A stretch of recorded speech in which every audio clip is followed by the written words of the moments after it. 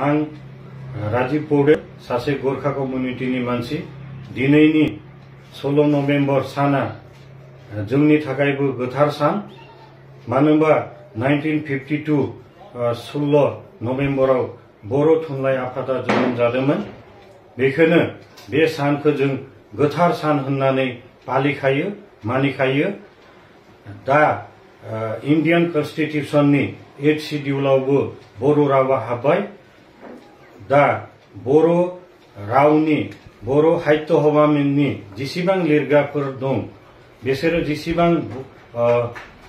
बर' साहित्य academy award मोनदों आरो जे बे बर' रावनि थाखाय खस्थ' खालामबाय थादों खस्थ' खालामनानै बेखौ स्प्रेड खालामनो थाखाय जिसिबां बर' रायजोफोरा खस्थ' खालामदों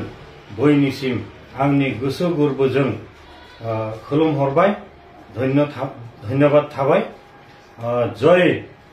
बर' थुनलाइ आफाद बे बर' रावा इदिनो सोलिबाय थाथों इदिनो स्प्रेड जाथों गोजोन्थों धन्यबाद।